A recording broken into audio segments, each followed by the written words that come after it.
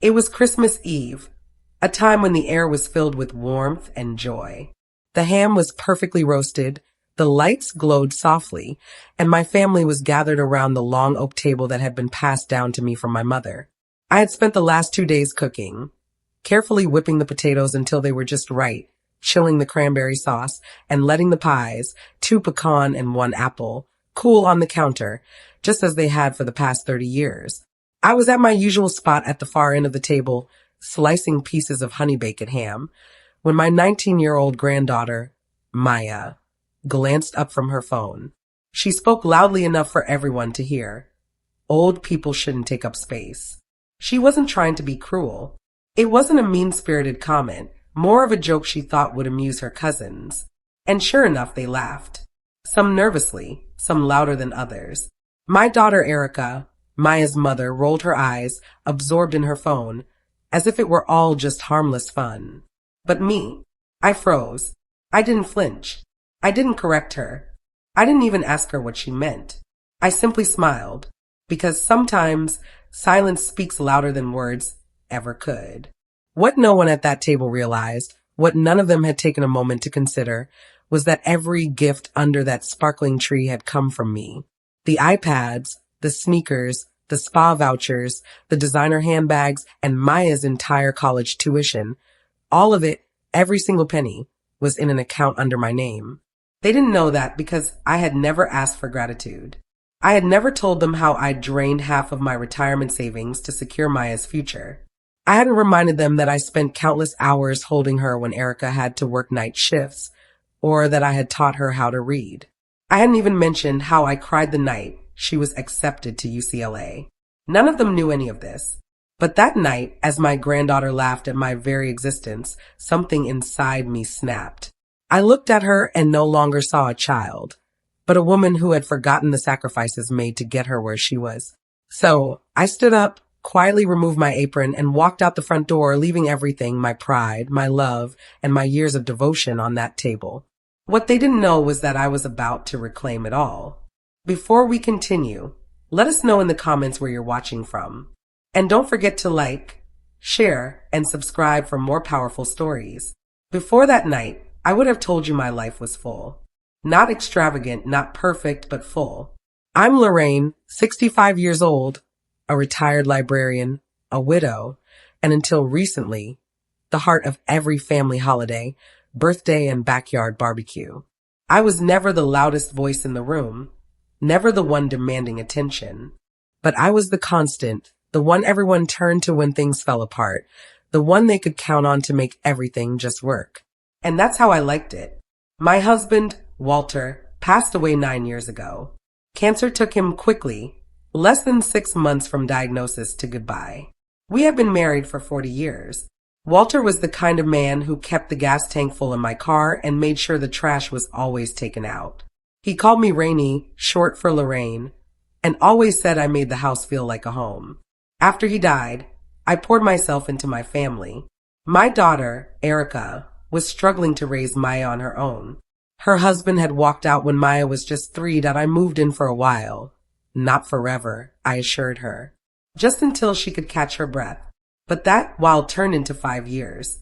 I picked Maya up from kindergarten, made her Halloween costumes, and taught her how to read. Every night, when Erica worked double shifts, Maya would fall asleep on my lap. Her small fingers curled around mine. I didn't mind. I never kept score. When I finally moved back into my own place, I still saw them every day. Sunday dinners became sacred. I'd make pot roast, mashed potatoes, and green beans the same way my mother used to. Christmas, however, was always mine.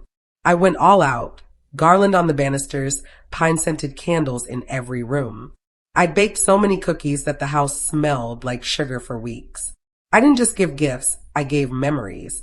Handwritten letters tucked inside envelopes, framed pictures, and stockings with each person's name sewn on them. But somewhere along the way, something shifted. It was gradual, almost imperceptible, like a cold draft you don't notice until it starts to make you shiver. Maya began rolling her eyes when I told stories. Erica stopped asking for my help with holiday planning. Conversations became shorter. My voice no longer carried the weight it used to. They called it independence. I called it becoming invisible. Still, I kept showing up. I thought that if I kept giving, they'd remember that I mattered. The college fund became my biggest gesture. Maya had worked so hard. Straight A's, volunteer work, leadership awards. She had earned every bit of it. But Erica couldn't afford the tuition, and Maya's scholarships only covered part of it. So I stepped in. I sold Walter's old coin collection. I liquidated an annuity we'd been saving for travel. Quietly, without any fanfare, I wrote a check for $42,000 and opened a separate account in my name for Maya's tuition. No one asked, no one knew. I just did it because in my world, love looked like this. Not grand gestures or Instagram captions, but quiet, consistent sacrifice. Sometimes I'd see photos of Maya on social media, at her dorm, at a football game, on a beach during spring break, and I'd smile. She never tagged me, never called to say thank you. But I didn't need that. Or so I convinced myself because love, I thought, was unconditional. That was until that night, when I realized they hadn't just forgotten what I'd done. They had forgotten who I was. They still came to my house for Christmas, but it wasn't about me. They came for the warmth, the food, and the gifts, but not me. I had become the background noise to their lives. Yet I kept smiling. I kept cooking. I set the table with the good china, pressed Maya's favorite linen napkins, and even made her a side dish of vegetarian stuffing because she had stopped eating meat that year. I thought all of that meant something. I thought they saw me. But now I understand they didn't see me. They only saw what I gave. And that was the last Christmas I would ever give them something they hadn't earned. I remember the first time I felt it. The first time I truly felt it. Not heard, not seen, just felt. That slow erosion of respect. It was subtle. So subtle, in fact, that I almost convinced myself it hadn't happened at all. It was late September, just a few months before Christmas. I had stopped by Erica's house to drop off some banana bread, still warm from the oven, wrapped in foil, just the way Maya used to love it. She had texted me that morning saying she'd be home from college for the weekend. I thought it might be nice to visit, just for a few minutes. When I knocked, no one answered. I waited, smiling to myself, listening to the muffled sound of voices inside. Then, the door swung open. Maya stood there in a crop top and oversized hoodie, her phone in hand, mid-call with someone. For a moment, her face lit up when she saw me, or at least I thought it did. But that brief spark of recognition quickly flattened into indifference. "Oh, hey," Maya said, one hand still holding her phone. "My grandma just showed up with banana bread." She turned back to her phone, grinning. "So retro, right?" she added, laughing. Her friend on the other end laughed, too. "I know, right?" Maya said, before stepping aside to let me in. Retro. Like I was some outdated relic, a VHS tape or a rotary phone, a novelty from the past. I smiled, as I always did, trying to brush off the sting. I told myself she didn't mean anything by it. It was just a joke, just typical teenage sarcasm. I walked in, handed her the loaf of banana bread, and said, "I thought you might like a taste of home." She looked at it briefly, then quickly gave me a distracted, "Thanks," setting it down on the counter like it was an afterthought, like a receipt to be discarded. No hug. No real conversation. Her phone never left her hand. Erica wasn't home, apparently out on a date. Maya mentioned it casually, eyes glued to the screen as she scrolled through Instagram. "I think it's her third date with that guy from her yoga class. She said he's good with his hands," she added, laughing again. It felt like I had stepped into someone else's life, like I was watching my own family through a pane of glass. Back when Maya was a little girl, she'd scream and run to the door the moment she saw me. She'd wrap her tiny arms around my legs and say, "You smell like cookies, Grandma." Now, the only thing I got was the briefest glance, if that. I sat down for a few minutes, trying to ask about her classes. Her responses were as flat as a sheet of paper. "Psych," she said when I asked about her major. "It's fine," she said, when I asked how it was going. "Not really," when I asked if she needed anything. The conversation felt thinner than tissue paper, like it could disintegrate if touched too hard. Then came the moment that I didn't expect would stick with me. I complimented her outfit, just a simple thing. That color looks beautiful on you, Maya. It really brings out your eyes. She glanced at me with a smirk, then said, You'd be surprised how many guys on campus think so, too. Guess I got the good genes. Huh. It wasn't what she said, it was how she said it. A compliment wrapped in a subtle jab, like I was just some withered branch on the family tree she used to climb. When I stood to leave, she didn't walk me to the door. She didn't ask when she'd see me next. She just waved, her eyes already back on her screen. As I walked to my car, I paused and looked back at the house. The same house I'd helped Erica buy when she was a single mother, struggling to get back on her feet. I remembered painting that porch. I remembered planting the rose bushes along the walkway. I remembered a tiny Maya helping me water them, singing to the petals as they bloomed. And now I was just retro. Driving home, I felt that first tiny crack in my chest. It was the kind of crack that lets in a whisper of cold air, but I tried to dismiss it. She's just young, I told myself. College kids are all like that these days. She didn't mean it. I'm just overreacting. I wanted to believe that, but deep down I knew something had changed. I was no longer someone they looked up to, but someone they looked past. It wasn't just one moment, it was a slow unraveling. 1,000 tiny cuts that no one noticed, but me. After that September visit, I found myself hesitating before calling Erica or texting Maya. I used to send little check-ins every few days, thinking of you, or saw something at the farmer's market that reminded me of you.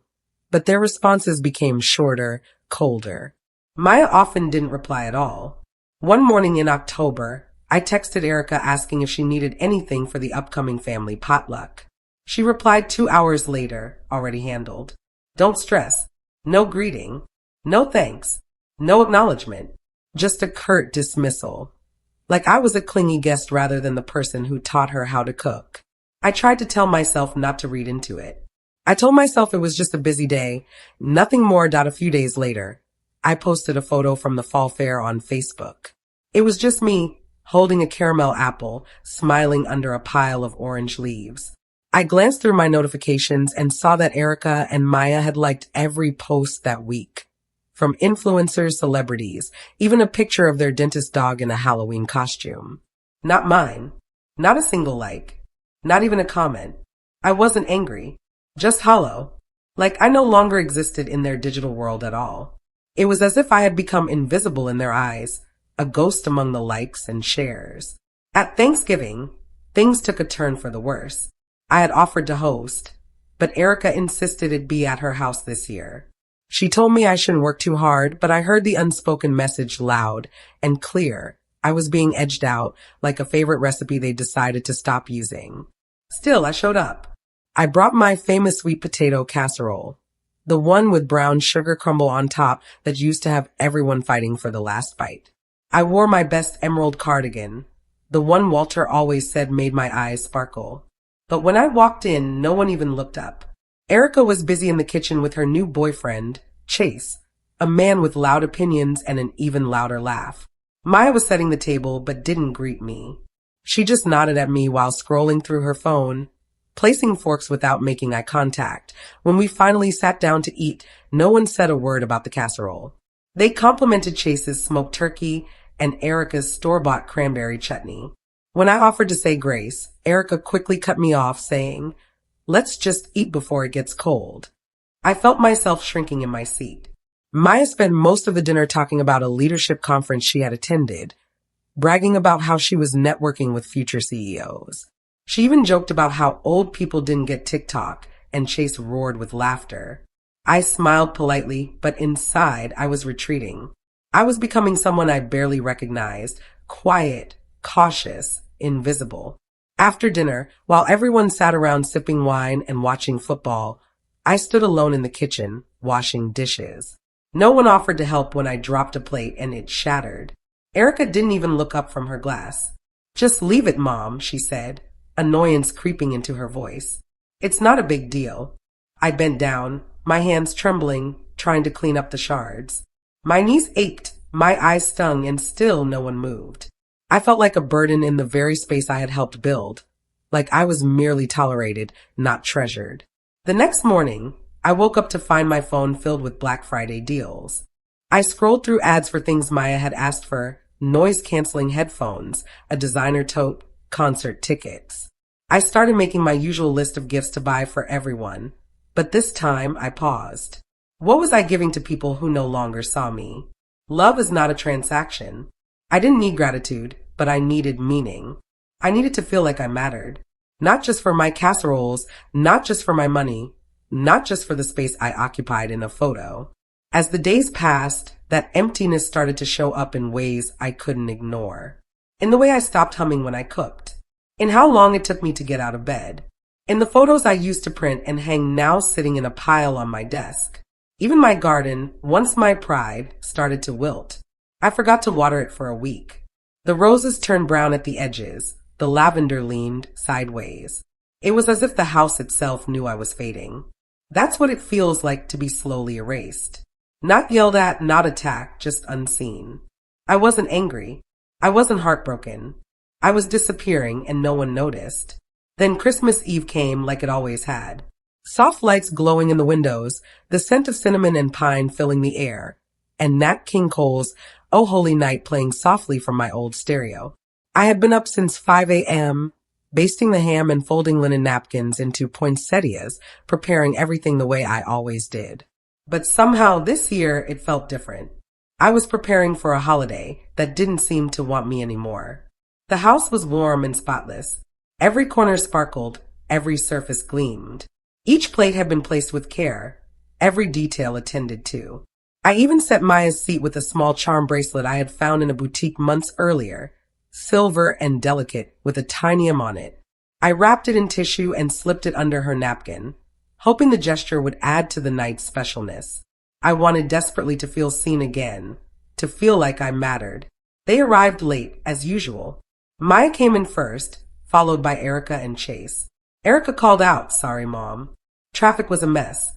Without even looking up from her phone, Maya breezed past me, tossing a distracted "Hey," as she dropped her coat onto the armchair as if it were a coat rack. I told myself it was fine. I brought out the appetizers, and they barely glanced up from their phones. I lit the candles on the table. No one noticed.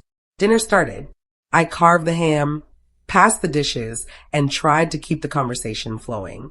I asked Maya about her final exams. They were fine, she said, reaching for more potatoes without making eye contact. I nailed my stats class. Got an A, she added, casually. Well done, sweetheart, I said, smiling. You've always had your grandfather's mind for numbers. She shrugged. I think it's more about work ethic than genetics. That's when Chase snorted and said, Lorraine, you're still writing checks, right? Maybe Ma can help you set up online banking this year. Laughter erupted at the table. Erica chuckled. Even Maya cracked a smile. I forced a polite laugh, but it felt like a thin veil over a growing discomfort. I managed just fine, thank you, I said. But that wasn't the worst of it. As the main course ended and I went to bring out the pie, I returned to the dining room with dessert plates, just in time to hear Maya say, "Old people shouldn't take up space." Like, no offense, but sometimes it's like they don't even realize they're just kind of in the way. I stopped in the doorway. The words hung in the air, light as air and heavy as lead. Everyone at the table heard it. No one corrected her. Erica sipped her wine, indifferent. Chase smirked. I looked at Maya, her face radiant, confident, laughing as though she had just said something clever. And in that moment, I didn't feel hurt. I felt erased. I placed the plates down without a word and walked to the kitchen. I stood by the sink, staring out the window into the blackness of the backyard. My reflection stared back at me, a tired woman with perfect curls, a pressed red sweater, and eyes quietly breaking. I wanted someone, anyone, to follow me. To say, "Mom, that was out of line," or "Grandma, I didn't mean it like that." But no one came. No footsteps. No apology. No voice calling my name. So I wiped my hands on a dish towel, walked back into the dining room, and looked at the table that once felt like home. I didn't cry. I didn't scream. I just smiled, the kind of smile women wear when they've been hurt so many times they've learned to wrap pain in politeness. "Excuse me," I said softly. "I forgot something in the car." They nodded distractedly. Erica didn't even look up. Maya was already texting. I walked to the hallway, grabbed my purse and coat, and slipped out the front door quietly. The cold air hit my face like a wall, sharp and cleansing. I walked to my car in silence. Not one voice followed me. Not one person asked where I was going. Inside my coat pocket, my hand brushed against the envelope I had meant to give Maya after dessert, a final check, large enough to cover her spring tuition and books. I took it out, held it in my hands, and tore it in half. Right there on the sidewalk, beneath the glow of twinkling lights and falling snow, I shredded the check into ribbons. Not out of anger, but clarity. I had given them everything, my time, my money, my memories, my space, and all they had given me in return was silence. I didn't go back that night. No one texted. No one called. I thought maybe Erica would check in, but she didn't. Maybe Maya would notice I hadn't come back for dessert, but my phone remained silent. At 11:48 p.m., a single message popped up in the family chat. "Thanks for dinner, Mom. Everything was amazing. Love you," Erica had written. Maya added a dancing candy cane emoji. That was it. I stood in my dimly lit kitchen, still wearing the red sweater I had carefully ironed that morning, and stared at the blinking message. I hadn't even been missed. Not really. My absence wasn't a concern. It was just convenient. I looked around my home. The guest bedroom was still made up with fresh sheets and a lit candle, waiting for Maya. The stockings on the mantel hung full. Her charm bracelet remained under the napkin I'd folded for her at the table. The pies sat untouched, and the gifts, perfectly wrapped, labeled in my best cursive, still rested under the tree. I left everything exactly as it was and went to bed. But I didn't sleep. Not because I was sad, but because something deeper had settled in. I felt as though the foundation beneath my life had shifted ever so slightly. Everything looked the same, but nothing felt the same. It was as if I had finally accepted a truth that had been quietly whispering to me for years. I wasn't part of the family anymore. I had become a placeholder, a background figure in photos that no one bothered to print. And if I left, really left, they'd adjust. They'd absorb the silence and move forward.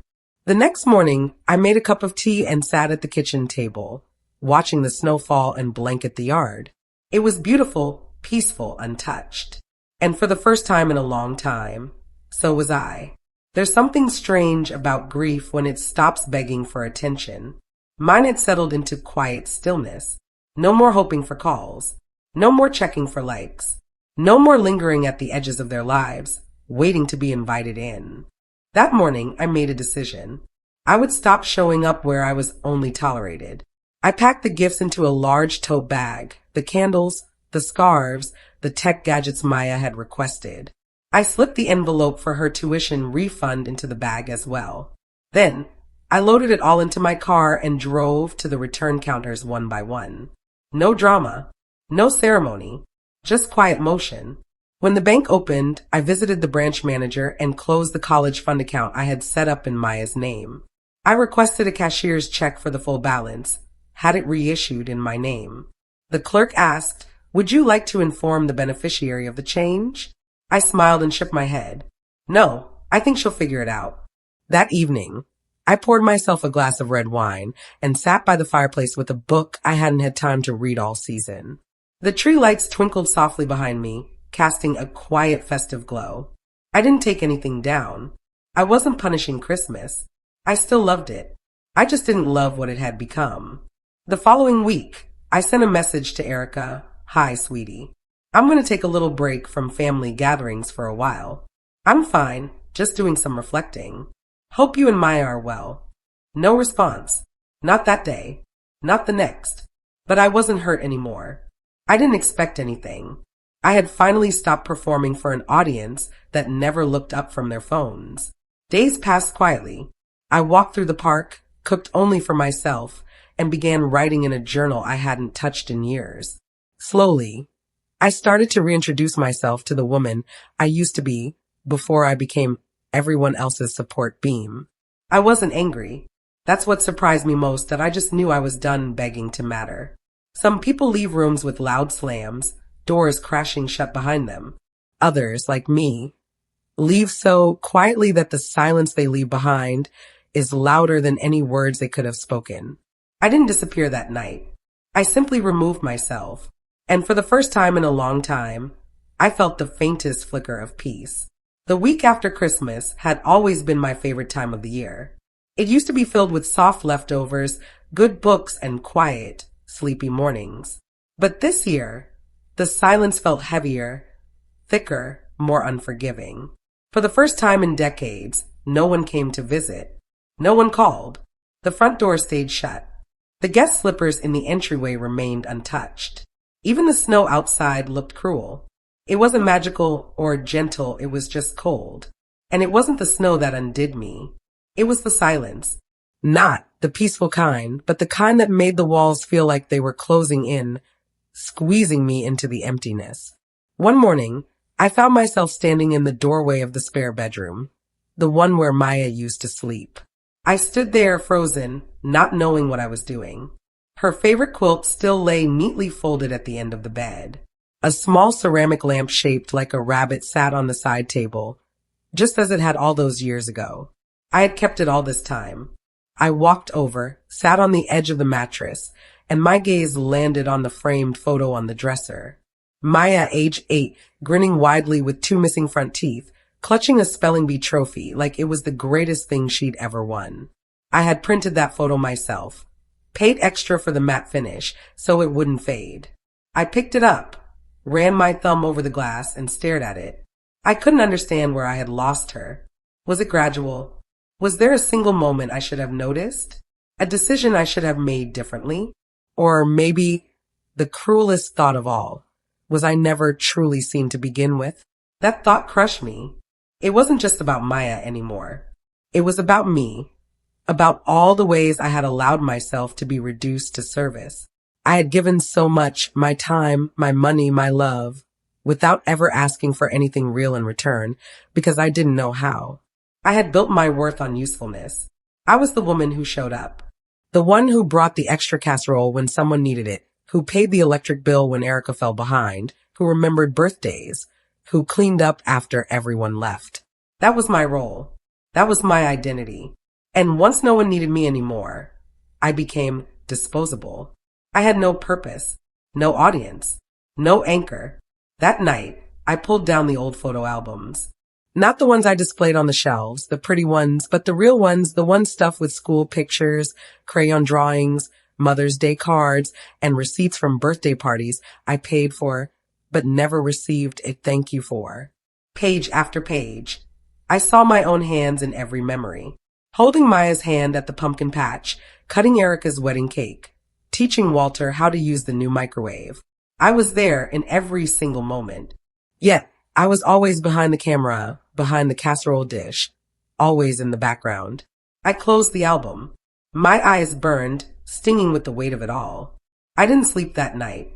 I walked the house like a ghost, touching framed memories as if they were tombstones. The house felt too big, too quiet, too filled with a love that no one had the decency to return. In the morning, I tried to shake it off. I bundled up and went for a walk in the park, hoping the air would clear my mind. But everywhere I looked, there were families laughing, couples holding hands, children tossing snowballs, and I felt like a shadow among them. I sat on a frozen bench beneath a bare tree, watching the snow gather on my gloves. My breath puffed out in little clouds, and for the first time, I felt old. Not the kind of old people joke about with aching knees. No, I felt truly old. Unseen, unheard, unwanted. I thought about what Maya had said. Old people shouldn't take up space. And for a moment, a terrible, aching moment, I believed her that I had come to believe I was in the way, that I was just clutter in their lives. I thought the best thing I could do was shrink, fade, and disappear. I sat on that bench until my fingers went numb, until the tea in my travel mug turned cold. I stared out at the white landscape, wondering if this was it, if this quiet, unwitnessed life was how things would stay. I went home, peeled off my coat, and stood in front of the mirror. The woman staring back at me looked small, smaller than I remembered. Wrinkles deeper, eyes duller, shoulders hunched inward as if she feared taking up space. That was the moment. Not a scream, not a breakdown, just a deep stillness. I had reached the bottom of myself. No more pretending. No more giving. No more hoping they'd remember who I was. This, I realized, was grief. Not for the loss of them, but for the loss of me. I was gone, and no one had even noticed I had left. It happened on New Year's Day. I hadn't planned to do anything special. I hadn't even taken down the Christmas tree. It still stood in the corner of the living room, its lights dimmed, ornaments drooping slightly as if it too had been forgotten. I was dusting, not because I cared, but because my hands needed something to do. I moved around the living room slowly, aimlessly. When I reached the old bookshelf near the fireplace, I noticed the top shelf had collected a thin layer of dust. I grabbed a step stool and began wiping it down. That's when I saw it, a small, yellowed envelope wedged between two photo albums. I recognized the handwriting instantly. Bold, looped, cursive, slightly crooked on the slant. Walter. My breath caught in my throat. I hadn't seen his writing in years. I sat down on the edge of the couch, holding the envelope carefully as if it might crumble in my hands. On the front, it simply said, "For Rainy, when you need to remember." He used to call me that. Rainy, he'd say, like my voice was a warm spring shower. I opened the envelope slowly, unfolding the letter inside. It was dated December 26, 1998, our last Christmas with his mother, the year Maya was born. His words came back to me, soft like a breeze. My Rainy, if you're reading this, I imagine you're feeling lost. You always take care of everyone else, the meals, the traditions, the quiet things. No one notices until they stop happening. But I want you to remember something. You matter, even when they forget. Even when they grow and drift and take you for granted, you matter. You are the roots. And sometimes roots get buried. But without them, nothing stands. You've given so much of your life to this family. And someday you might feel like they've outgrown you. Like your stories no longer interest them. Like you become just grandma or just mom. But you are never just anything. You are the reason our daughter got through her darkest year. You are the reason Maya will have the kind of life she's destined for. You are the reason this family knows what love even feels like. So if you ever find yourself in a moment when it feels like you've disappeared, come back to yourself. Read this. Remember your worth, because even if they forget, I never will. And I know one day they'll remember too. Love you forever, Walter. I didn't cry right away. I read the letter again, and once more until I could hear his voice in every word. Then, I pressed the letter to my chest and let the tears fall. But they weren't the same tears I shed on that frozen park bench. They weren't the aching sobs of loneliness or rejection. These tears were different, filled with something lighter, something that had been buried deep within me, just waiting for the moment to surface. These tears were warm, cleansing, because in that moment, something deep inside me stirred. Not hope exactly, but something quieter, older, and deeper, a remembering of who I used to be before the silence crept in, before I allowed myself to become invisible. I was the woman Walter had written to, the woman who held families together, who cared for babies through storms, paid bills with grace, and showed up when others didn't. I was more than just someone's outdated grandmother. I was a builder, a keeper of stories, a maker of safety. Just because they couldn't see, that didn't mean it had stopped being true. The next morning, I carefully folded the letter and placed it in the top drawer of my bedside table. Then I made tea, the good kind, with fresh lemon and honey, and sat by the window as the sun filtered softly through the lace curtains. And for the first time in weeks, I didn't feel like a ghost in my own home. I felt real again, present. I had spent so much time waiting for them to come back and notice me. But maybe the truth was I needed to come back to myself first.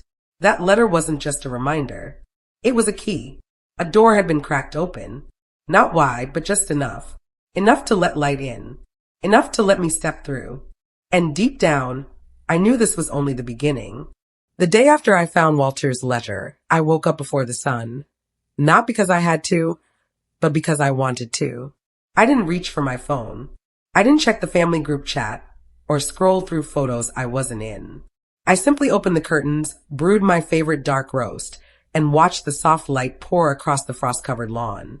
It felt as if something inside me had been waiting for that letter, waiting for permission to stop shrinking. I pulled on a thick sweater, wrapped my scarf tight, and walked out into the garden. The rose bushes were dry and brittle, the stems bare, nothing but thorns and memory. I stood there with my gloved hands tucked into my pockets, remembering how many summers I'd spent pruning those roses, coaxing them to bloom. How Maya used to kneel beside me with her plastic watering can, pretending to help while mostly making a mess. She used to call me her flower whisperer. I said it out loud, just to hear the words again. Flower whisperer. The frost on the petals glistened, and for the first time in a long time, I didn't see death. I saw rest, a season waiting for spring. And then I realized that's what I had been doing too. I had allowed myself to wilt under the weight of rejection. I had believed that if I wasn't needed, I wasn't worthy. But standing there in that frozen stillness, I began to see something new. Maybe this season of invisibility wasn't the end of my story. Maybe it was the soil. That afternoon, I sat at the kitchen table with a notebook and pen. No screens, no distractions. I wrote one simple question at the top of the page. Who am I without them? Not with bitterness or spite, but with curiosity. For the next 2 hours, I wrote, I am a mother. I am a reader. I am a gardener. I am a woman who once drove cross-country in a station wagon with a toddler and a box of library books just to help Erica start over. I am a woman who stayed up all night sewing Maya's unicorn costume from scratch. I am a woman who learned how to live alone after 40 years of being part of a we. I am a woman who once dreamed of writing a memoir and never did. I looked at the list. It wasn't long, but it was true. And for the first time in weeks, I felt proud of who I was, separate from what I had given. That night, I cooked dinner for myself. Just me. Not leftovers, not something from the freezer. I set the table, lit a candle, poured a glass of wine. Not because anyone would see, but because I would. It felt like a small revolution.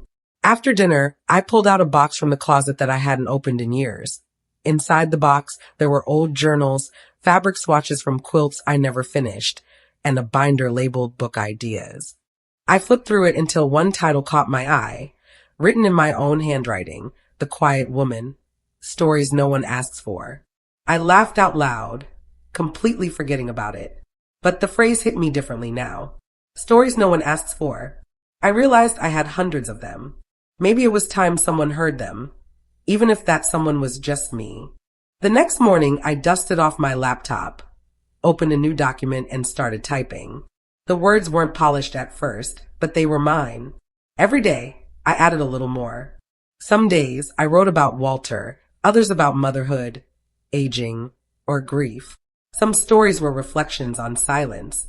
What surprised me most was how alive I felt as I wrote.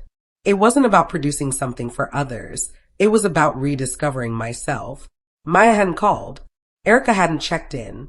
The silence hadn't changed. But I had. I wasn't waiting for their approval anymore. I had spent so long trying to be useful, needed, and essential.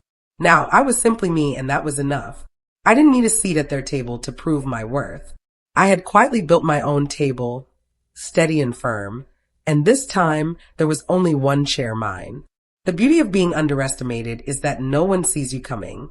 That thought lingered quietly in my mind in the days after my awakening. I didn't announce my changes.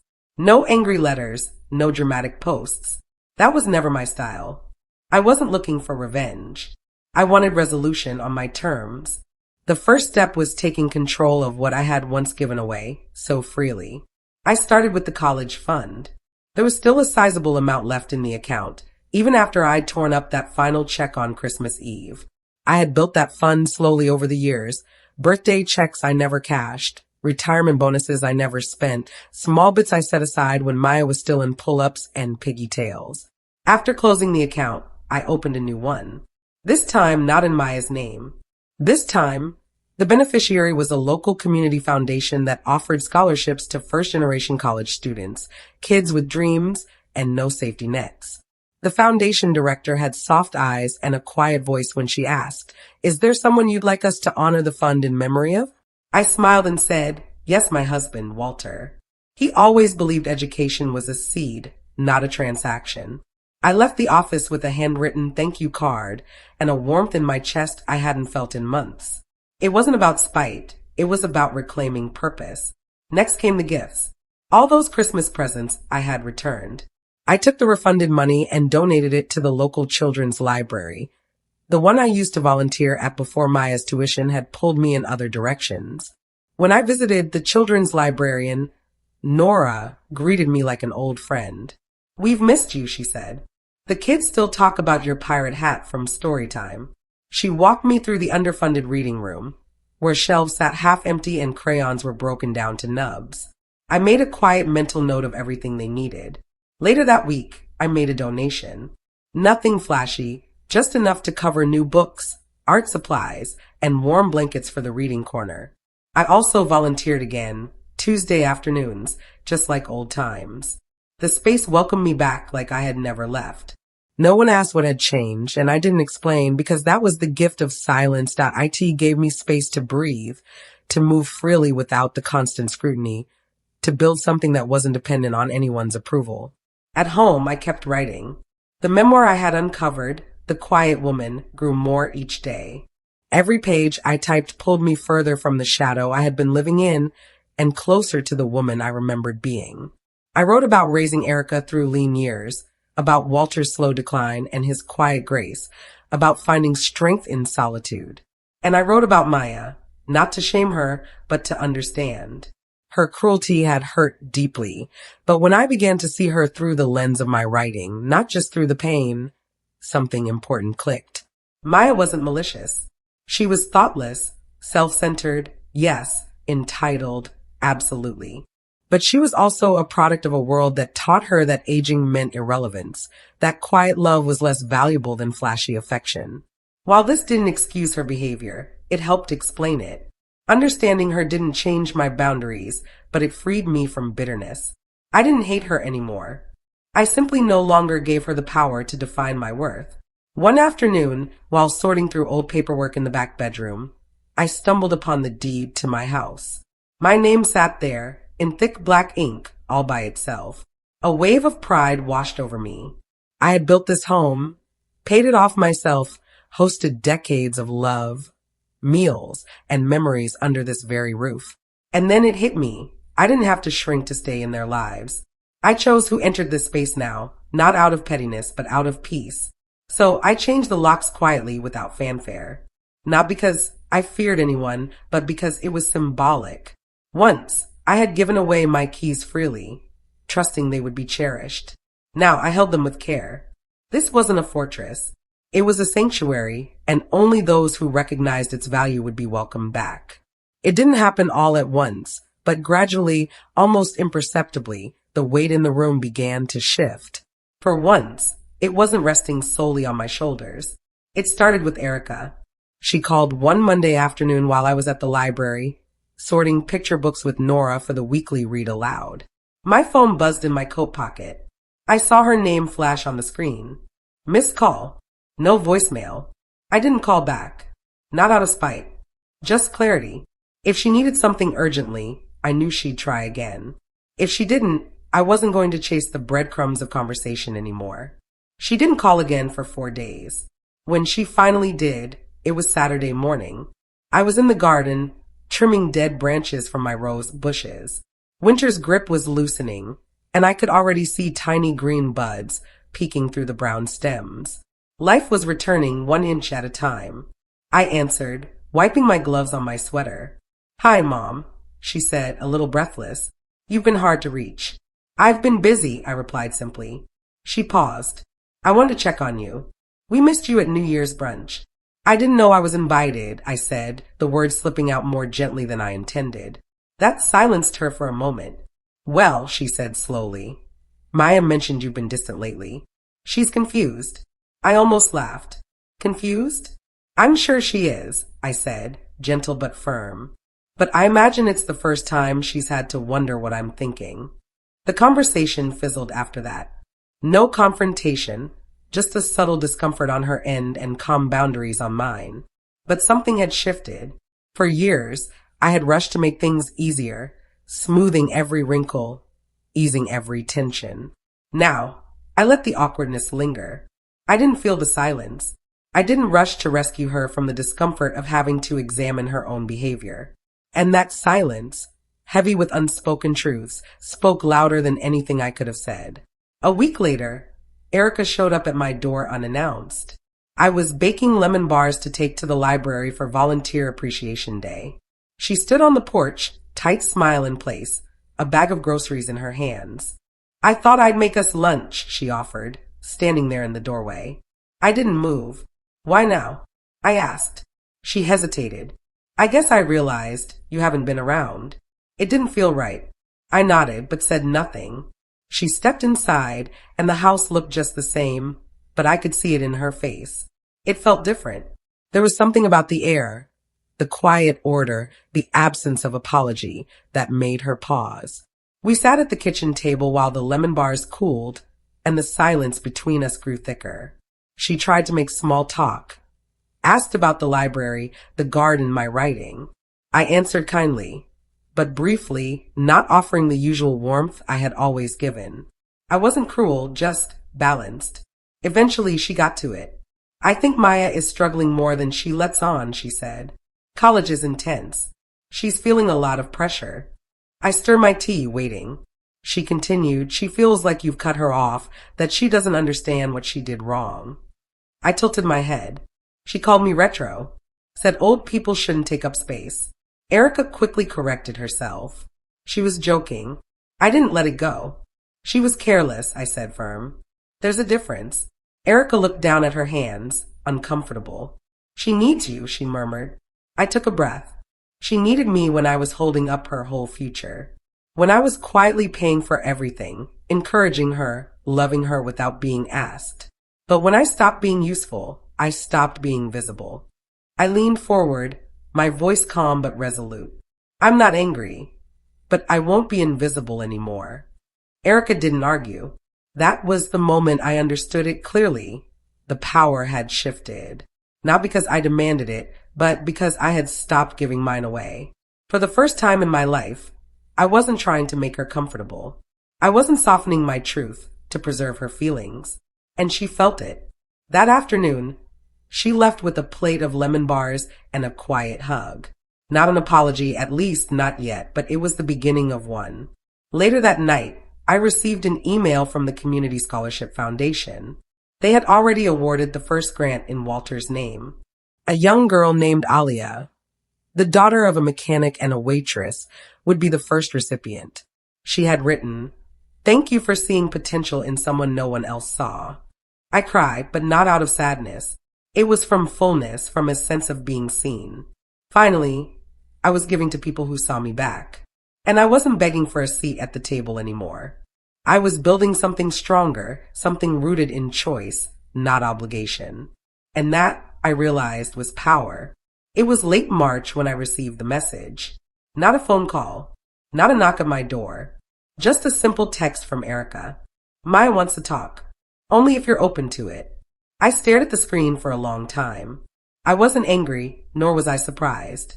Life has a way of looping back around. But I wasn't the woman who would drop everything just because someone finally noticed her absence. Still, I thought of Walter's letter, especially the line that stayed with me the most. "Even if they forget, you must remember who you are." I remembered. But maybe, just maybe, part of remembering was being willing to hear the other side. Not to reopen old wounds, but to acknowledge that healing could happen without returning to what was. I texted back. "Tell her I'll meet her at the garden Thursday at noon." I chose the garden for a reason. It was neutral, open, alive, a place of growth. Thursday arrived, the sky clear and bright. The roses, once brittle and dry, had begun to bloom. Pink and red buds bowed gently in the breeze, proof that seasons do change, even after the harshest winters. Maya arrived on time. She looked smaller somehow, not physically, but quieter, humbled. Her eyes lacked the usual shine of pride or distraction. She sat beside me on the bench, folding her hands in her lap like a child bracing for discipline. Hi, Grandma, she said softly. I nodded in response. Hi, Maya. A quiet pause hung between us, not awkward, but full. I read your article, she said, repeating it, her voice catching a little. It made me cry. I didn't respond. I let her keep speaking. I didn't realize how much I took for granted. You gave so much, and I treated it like background noise. She looked down at her hands. I've had time to think. Losing the tuition money, it shook me. But what hurt more was realizing I lost you. That made me inhale sharply, not because it was manipulative, but because it was honest. I'm not asking for anything, she added quickly. I just want to say I'm sorry. I watched her, no tears, no drama, just the raw truth. And that mattered. I appreciate that, I said quietly. Truly. She looked at me, hopeful, almost leaning in. But I stopped her there. But I need you to understand something, Maya. I've changed. Not out of spite, but out of necessity. She nodded slowly. I get that.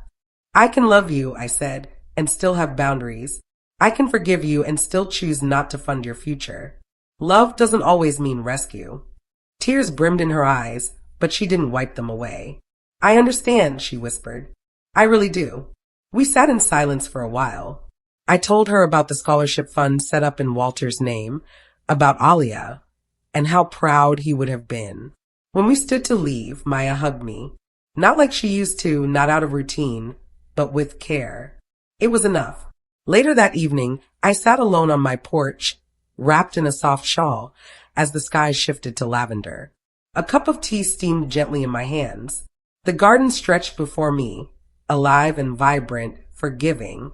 It had weathered winter, gone still, appeared dead, and then bloomed again. Not the same as before, but full.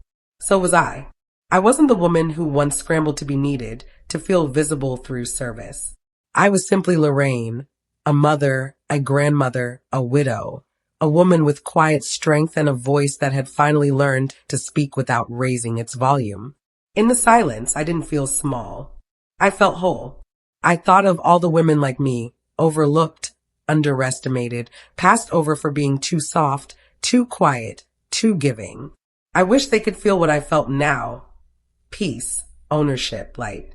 Somewhere out there, Alia was preparing for her first day of college, unaware that an old woman's dignity had been stitched into her future. And Maya. Maybe she'd become a woman who gave to others without forgetting herself. Maybe not. But that wasn't mine to fix anymore. I looked out at the blooming roses and smiled. Because the thing about roots is they go deep. Even when no one sees them, even when no one says thank you, they hold everything up. And now I was holding myself. Finally,